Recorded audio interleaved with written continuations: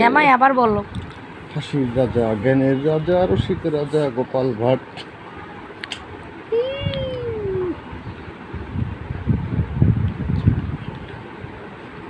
কি সে পরিচয়, কি তার